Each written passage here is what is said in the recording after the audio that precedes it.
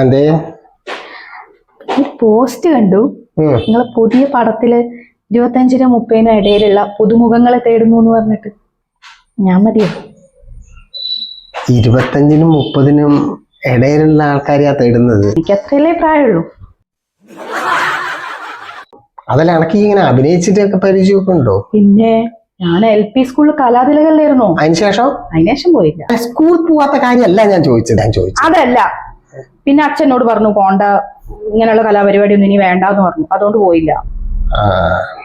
അത് ശരി. അപ്പൊ ഒരു കാര്യം ചെയ്യും, ഞാൻ ഈ ഓഡീഷന് വേണ്ടിയിട്ട് ആ കഥാപാത്രം ചെയ്യാൻ വേണ്ടിയിട്ട് കുറച്ച് ഡയലോഗ്സ് എഴുതിയിട്ടുണ്ട്. അത് ഓഡീഷന് കൊടുക്കാൻ വേണ്ടിയിട്ട് അയച്ചു കൊടുക്കാൻ വേണ്ടിയിട്ടുള്ളതാണ്. തൽക്കാലം ഈ കലാതിലകം ഇതൊന്ന് പഠിച്ചിട്ട് എന്റെ മുന്നിൽ ഒന്ന് പ്രസന്റ് ചെയ്യും. എന്നിട്ട് നമുക്ക് തീരുമാനിക്കാം അഭിനയിക്കണോ വേണ്ടോ എന്ന്. ഓക്കെ, ഇപ്പൊ കണ്ടോ, ഇതൊക്കെ എനിക്ക് നിസ്സാരം. ശരിയാക്കില്ല, സിമ്പിൾ. ഇത് കൊടുത്തിട്ടില്ലെങ്കിൽ ഓള് പറയും നിങ്ങളെ മറ്റോക്ക് കൊടുക്കാൻ വേണ്ടി എഴുതി വെച്ചല്ലേ. അതിന് നല്ല ഓള് പോയി അഭിനയിക്കട്ടെ.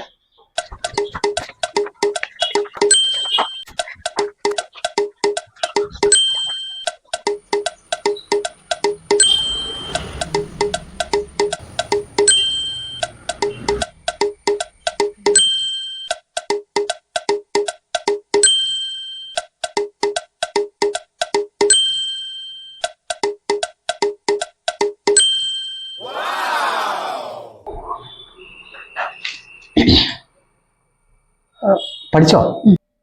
പഠിച്ചു. അതൊന്ന് കാണട്ടെ, ഒന്ന് പെർഫോം ചെയ്യും. അന്ന് ഒരു ഞായറാഴ്ചയായിരുന്നു. റേഡിയോയിൽ ചലച്ചിത്ര ഗാനം കേൾക്കാം.